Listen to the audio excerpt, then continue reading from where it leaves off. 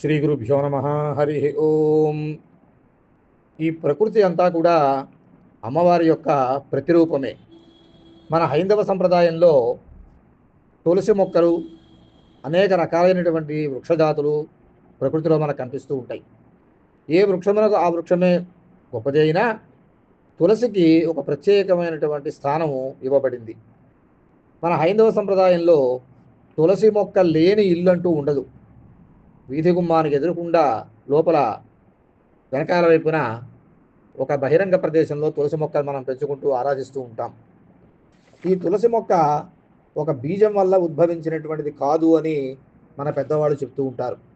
కొంతమంది మహర్షుల యొక్క తపఫలితం వల్ల ఈ మొక్క ఆవిర్భవించిందని, బృంద అనేటటువంటి ఒక మహాపతివ్రత యొక్క మనఫలకము నుండి ఇది ఆవిర్భవించిందని, సాక్షాత్తు లక్ష్మీ స్వరూపమని ఈ తులసి మొక్కని మనం భావన చేస్తూ ఉంటాం.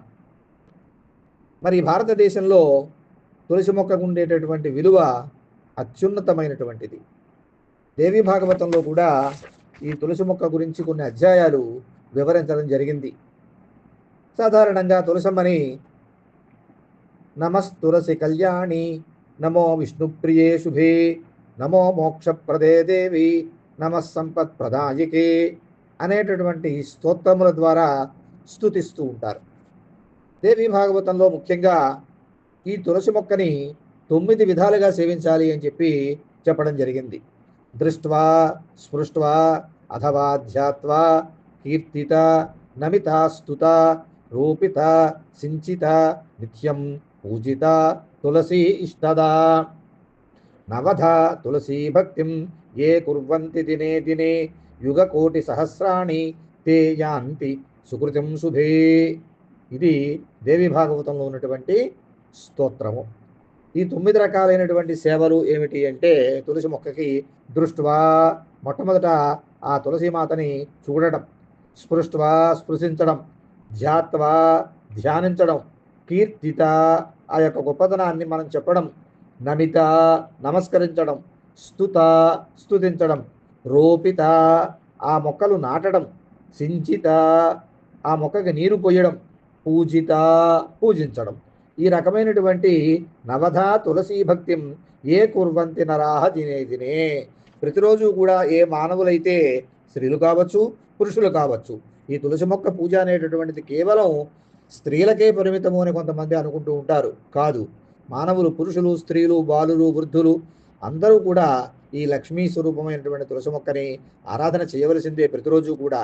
ఈ రకమైనటువంటి 9 రకములైనటువంటి భక్తితోటి తులసిని ఎవరైతే దినే దినే పూజిస్తారో వాళ్ళకి యుగ కోటి సహస్రాన్ని, 1000 యుగములకు సరిపోయేటంత పుణ్యము, వాళ్ళు సుకృతిని, పుణ్యాన్ని నిల్వ చేసుకుంటారట ఈ మొక్కని ఆరాధించడం ద్వారా.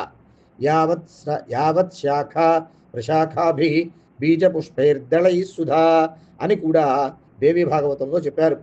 ఈ తులసి మొక్క ఇంట్లో చక్కగా పెరుగుతూ, గుబురుగా, నవనవలాడుతూ, అందంగా, శోభాయమానంగా, లక్ష్మీప్రదంగా ఏ ఇంట్లో అయితే పెరుగుతూ ఉంటుందో, ఎవరైతే పెంచుతూ ఉంటారో ఆ వంశము ఎంతో అభివృద్ధిని చెందుతుందని, ఆ ఇంట్లో ఉండేవాళ్ళు అన్ని స్థాయిల వాళ్ళు కూడా, చిన్న వయసు వాళ్ళు, మధ్య వయసు వాళ్ళు, పెద్దవాళ్ళు, ఎవరికి కావలసినటువంటి అభివృద్ధిని వారికి ఆ లక్ష్మీదేవి ప్రసాదిస్తుందని దేవి భాగవతంలో చెప్పబడింది. చూడండి, దేవి భాగవతంలో కూడా ఈ తులసి మొక్కకి మరో పేరు అనుగ్రహించారు ఋషీశ్వరులు, పుష్పసారము.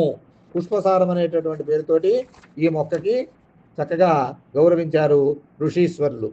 సర్వ పాపహరం పుణ్యం కామదం తులసీవనం నపశ్యంతి భాస్కరిం అని కూడా చెప్పబడింది దేవి భాగవతంలో. సమస్తమైనటువంటి పాపములను కూడా హరించి పుణ్యాన్ని మనకి అనుగ్రహిస్తుంది ఈ తులసి వనము. నపశ్యంతి భాస్కరిం. భాస్కరిం, భాస్కరి అంటే సూర్య భగవానుడి యొక్క పుత్రుడైనటువంటి యమధర్మరాజు. అసలు యమధర్మరాజు మన గుమ్మంలోకి రాట. ఎక్కడైతే ఈ రకమైనటువంటి తులసి అర్చన జరుగుతోందో ఆ యమధర్మరాజుని చూడవలసిన పని లేదు. యమభటులు గుమ్మంలోకి రారు. అంచేత ఈ రకంగా తులసిని ఎప్పుడూ కూడా మనము పూజిస్తూ ఉండాలి. కార్తీకంలో కొన్ని ప్రాంతాల వాళ్ళు విష్ణుమూర్తిని దామోదరుడుగాను, తులసీమాతనేమో లక్ష్మీదేవనేమో తులసీమాతగాను భావన చేసి తులసి దామోదరులకు కళ్యాణం కూడా జరిపిస్తూ ఉంటారు. ఈ కార్తీక మాసంలో కొన్ని ప్రాంతాలలో ఉండేటటువంటి వారు తులసి వనంలో కూర్చుని లేదా తులసి కోట దగ్గర కూర్చుని, సాధారణంగా రామ తులసి అని, కృష్ణ తులసి అని 2 రకాల తులసి మొక్కలు మనకి కనిపిస్తూ ఉంటాయి. ఆ 2 రకాల తులసి మొక్కలు కూడా మనకి ఆరోగ్యప్రదాయకంగా కూడా ఉంటాయి. ఒకటి భక్తి ప్రదాయకము, 2 ఆరోగ్యము, ఔషధీ గుణాలు కూడా ఉన్నాయి ఇందులో ఈ తులసి మొక్కలో.